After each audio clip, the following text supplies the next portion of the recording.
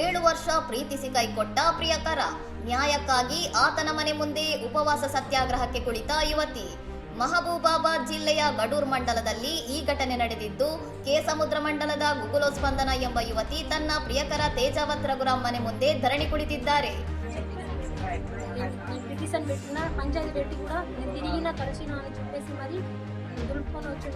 ಸ್ಪಂದನ ಮತ್ತು ರಘುರಾಮ್ ಕಳೆದ 7 ವರ್ಷಗಳಿಂದ ಪ್ರೀತಿಸುತ್ತಿದ್ದರು. ಮದುವೆಯಾಗುವುದಾಗಿ ನಂಬಿಸಿದ್ದ ರಘುರಾಮ್ ಈಗ ಮದುವೆ ವಿಷಯ ಬಂದಾಗ ದಿಢೀರ್ ನಿರಾಕರಿಸಿ ಅವಳಿಂದ ದೂರವಾಗಲು ಯತ್ನಿಸಿದ್ದಾನೆ.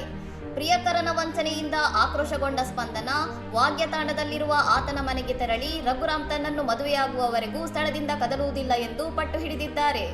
ಯುವತಿಯ ಈ ದಿಢೀರ್ ಪ್ರತಿಭಟನೆಯಿಂದ ಸ್ಥಳೀಯವಾಗಿ ಭಾರೀ ಕೋಲಾಹಲ ಸೃಷ್ಟಿಯಾಗಿದ್ದು, ನ್ಯಾಯಕ್ಕಾಗಿ ಆಗ್ರಹಿಸಿ ಆಕೆ ನಡೆಸುತ್ತಿರುವ ಉಪವಾಸ ಸತ್ಯಾಗ್ರಹ ಸಾರ್ವಜನಿಕರ ಗಮನ ಸೆಳೆದಿದೆ. ಸ್ಪಂದನ ತನ್ನ ಪ್ರತಿಭಟನೆಯನ್ನು ಮುಂದುವರಿಸಿದ್ದರೂ ಪ್ರಿಯಕರ ರಘುರಾಮ್ ಮತ್ತು ಆತನ ಕುಟುಂಬ ಸದಸ್ಯರು ಸದ್ಯ ಮನೆಯಲ್ಲಿ ಇಲ್ಲದೆ ಪರಾರಿಯಾಗಿದ್ದಾರೆ ಎಂದು ಹೇಳಲಾಗುತ್ತಿದೆ. ಇನ್ನಷ್ಟು ಸುದ್ದಿಗಳಿಗಾಗಿ ನೋಡ್ತಾ ಇರಿ ಸೌರಂ ಟಿವಿ.